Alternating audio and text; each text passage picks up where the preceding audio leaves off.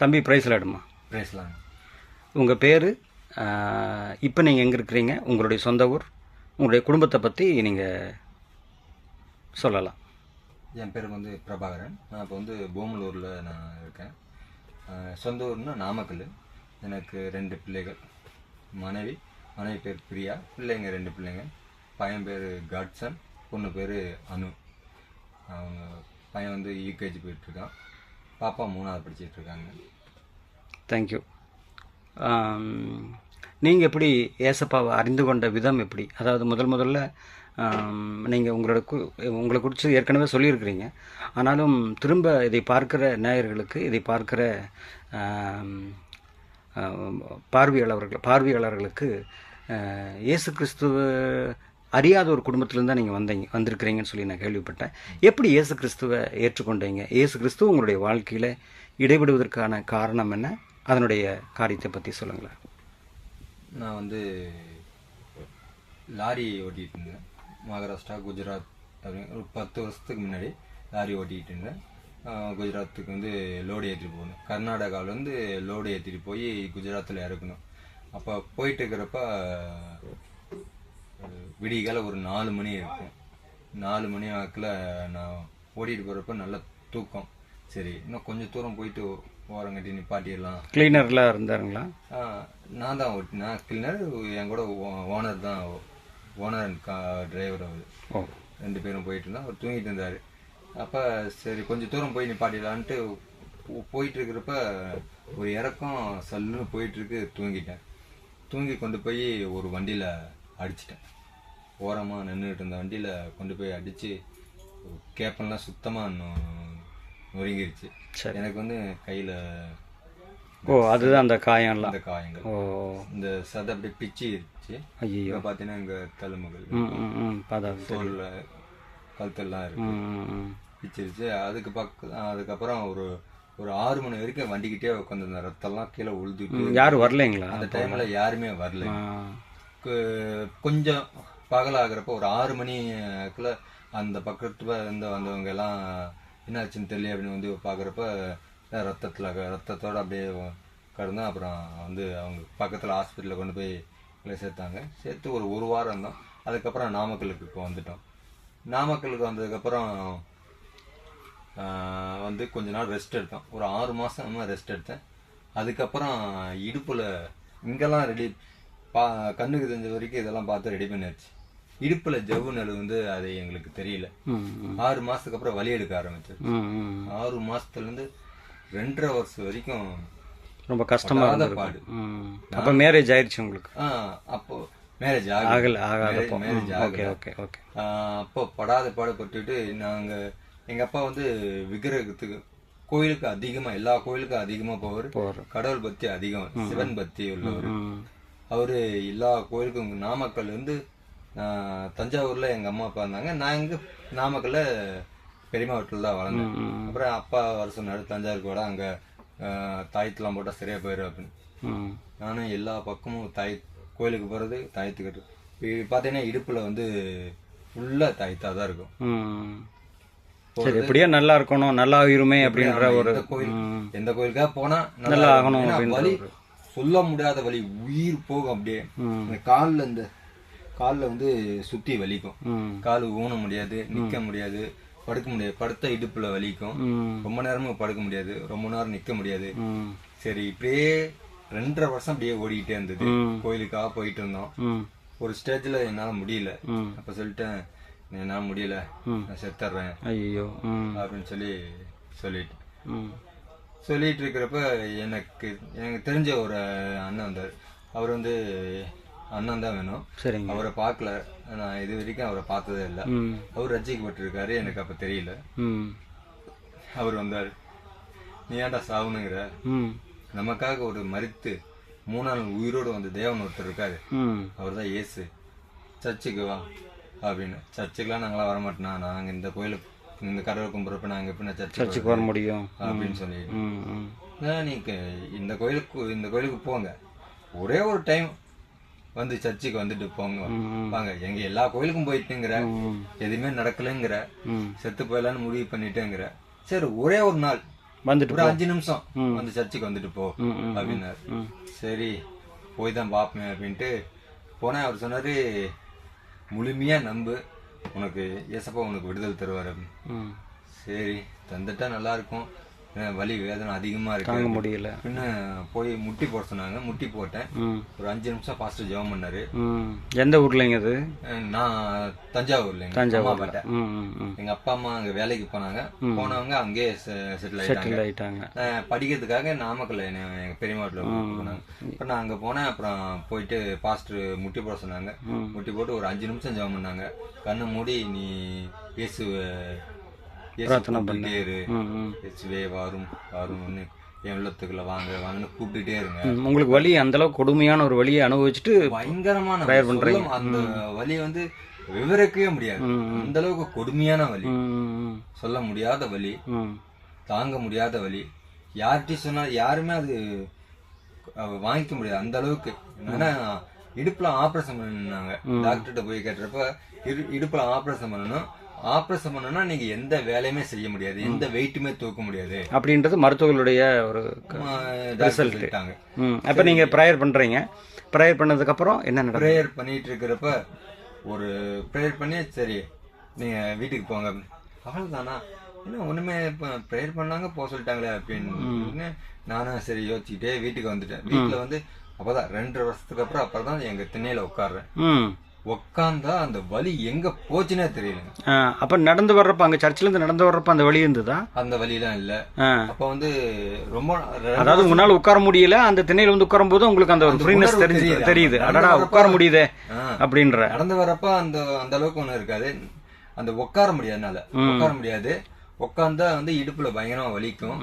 அந்த இடுப்பு நரம் ஜவ்வு நழுவுனால காலு பயங்கரமா வலிக்கும். உட்கார்றப்பதான் எனக்கு தெரிஞ்சது அந்த வலி சுத்தமாவே இல்ல அப்படின்னு. சுத்தமாவே இல்ல. அப்பதான் உட்காந்தா இவ்வளவு சுகமா இருக்குமான்ட்டு 2.5 வருஷத்துக்கு அப்புறம் அப்பதான் தெரியும் எனக்கு. அந்த அளவுக்கு வெளி வேதனை. ஒரு 5 நிமிஷத்துல ஏசப்பா சுகம் கொடுத்துறாரு.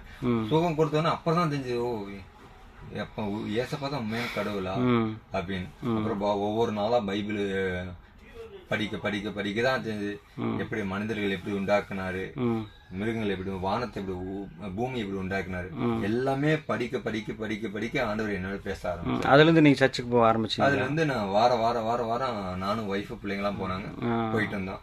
அதுக்கப்புறம் எங்க அம்மா வர ஆரம்பிச்சிட்டாங்க. Very good.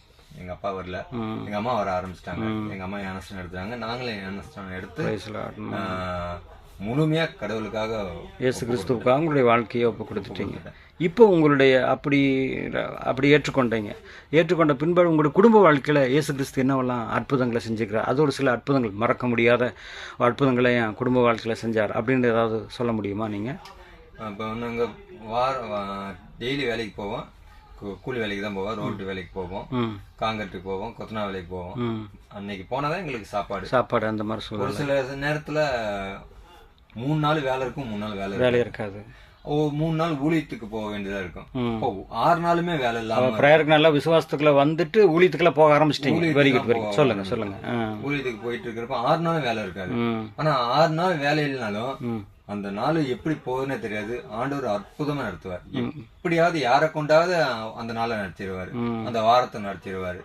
ஏன்னா வேலைக்கே போல, ஆனா வீட்டுல சாப்பாட்டுக்கு குறைவில்லை, அரிசிக்கு எதுக்குமே குறைவு இருக்காது. எல்லாமே ஆண்டவர் நேர்த்தியா நடத்தினாரு. காசு இப்ப எங்க அம்மாவுக்கு வந்து அதிகமா ஆஸ்பத்திரி செலவு பண்ணுவோம். சர்ச்சுக்கு வந்ததுக்கு அப்புறம் ஆஸ்பத்திரி செலவே இல்லாம போயிடுச்சு. அந்த அளவுக்கு தேவனை ஒவ்வொரு நாளும் அற்புதம். இப்போ உங்க மனைவியுடைய லைஃப்ல, உங்க பிள்ளைங்களுடைய லைஃப்ல ஆண்டவர் ஏதாவது மறக்க முடியாத அதிசயங்களை செய்து உங்களை மகிழ பண்ணி இருக்கிறாரா? அது ஏதாவது சாட்சிகளை சொல்லுங்களேன். எனக்கு வந்து என் மனைவி கன்சீவா இருந்தாங்க. எனக்கு வந்து பெண் குழந்தை தான் வேணும், பெண் குழந்தை தான் வேணும் அப்படின்னு சொல்லி தேவன்கிட்ட கேட்டேன்.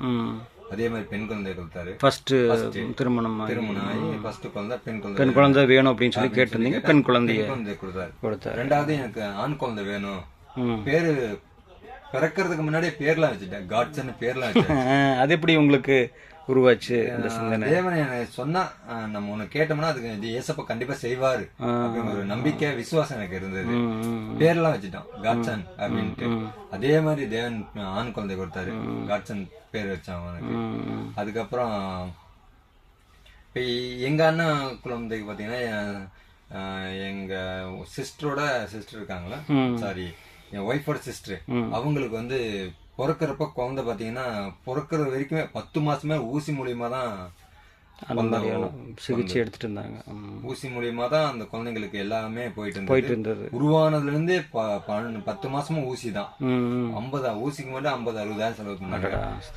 என்னோட குழந்தை நான் ஏசப்பா ஏற்றுக்கொண்டதுக்கு அப்புறம் எனக்கு எந்த செலவும் இல்ல. கவர்மெண்ட் ஹாஸ்பிட்டல் தான் பிறந்தாங்க 2 குழந்தைகளும். எந்த செலவும் இல்ல. ஆபரேஷன் சுகப்பிரசவம், சுகப்பிரசவம் தான், ஆபரேஷன் இல்ல. 2 குழந்தைக்குமே நேர்த்தியா ஆண்டவர் 2 குழந்தைகளையும் தந்தாரு.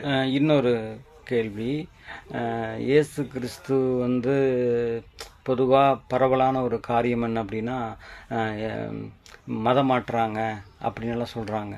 கிறிஸ்துவங்க வந்து இந்துக்களை இல்லை முஸ்லீம்களை மற்ற மதத்தினரை வந்து மதம் மாற்றுறாங்க அப்படின்னு எல்லாம் சொல்கிறாங்க. அதை குறித்து உங்களுக்கு ஏதாவது கருத்து சொல்கிறீங்களா? இதை குறித்து இது என்ன உண்மையாலுமே மதம் மாற்றங்கிறது உண்மையா? அது எப்படி? நான் ரட்சிக்கப்பட்டு உள்ள வரப்ப நான் அப்படிதான் நினைச்சேன். நம்ம கடவுளை விட்டுட்டு தான் இந்த கடவுளை வந்து நம்ம வணங்கணும் மாட்டுக்கு, கும்பிடணும் மாட்டுக்கு, நம்ம கடவுளுக்கெல்லாம் இந்த மாதிரி கோயிலுக்கெல்லாம் போகக்கூடாது அப்படின்னு நினைச்சேன். சரி, நமக்கு சுகம் கொடுத்துட்டாரு ஏசப்பா, அதனால நம்ம போய் தான் ஆகணும் ஒரு கட்டாயத்துல நான் போயிட்டு இருந்தேன். கட்டாயத்துல போயிட்டு இருக்கிற நேரத்துலதான் எனக்கு ஆண்டவர் அந்த மனக்கண்ணு சொல்லுவோம், அந்த மனக்கண்ணை எனக்கு திறந்தாரு. கடவுள்னா யாரு, ஏசப்பா எப்படிப்பட்டவர், இந்த பூமிக்கு ஏன் வந்தாரு, ஏன் அடிக்கப்பட்டாரு, ஏன் 3ஆம் நாள் உயிரோட வந்தாரு, இதை வந்து இன்னொருத்தர் சொல்லி நீங்க தெரிஞ்சுக்கிட்டீங்களா அல்லது பைபிள் படிக்கிறதுனால தெரிஞ்சுக்கிட்டீங்களா? பைபிள் படிக்கிறதுனால தெரிஞ்சு. அப்போ கடவுள் யார், உண்மையான கடவுள் யார் அப்படின்னு சொல்லி தெரிஞ்சுக்கணும் ஒரு மனிதன் விரும்பினானால் அவன் வேற யார்ட்டையும் போயெல்லாம் கேட்கணுங்கிற அவசியம் இல்லை. பைபிள் படிச்சாவே போதும், ஆண்டவர் சொல்லுவார், அந்த வார்த்தைகள் வழியா நம்மோட கூட பேசுவார் அப்படிங்கிறது உங்களுடைய சாட்சி. Very good, very good, very good. தேவனே நமக்கு சொல்லுவார். பைபிள் படிக்க படிக்க அந்த கண்கள் திறக்கப்படும், பைபிளோட ரகசியங்கள் வெளிப்பட்டுச்சு எனக்கு. தேவன் யார், எப்படிப்பட்டவர், எப்படி இந்த உலகம் உண்டானது, மனிதர்களை எப்படி உருவாக்குனாரு, ஆதாம் ஏவாள் உருவாக்கி அதுல இருந்து ஜெனரேஷன் நம்மளுக்கு வந்தது. அதனால நான் நம்பிட்டு இருந்தா குரங்கள் தான் மனுஷன் வந்துட்டேன் அப்படின்னு சொல்லி சொல்லுவாங்க. நான் அதை அப்படியே நம்பிட்டு இருந்தேங்க. பைபிள் படிச்சு ஆதாம் ஏவாள் கடவுள் உண்டாக்கும் முதல் இந்த பூமியில பிறந்த மனிதன் யாருன்னா ஆதாம்.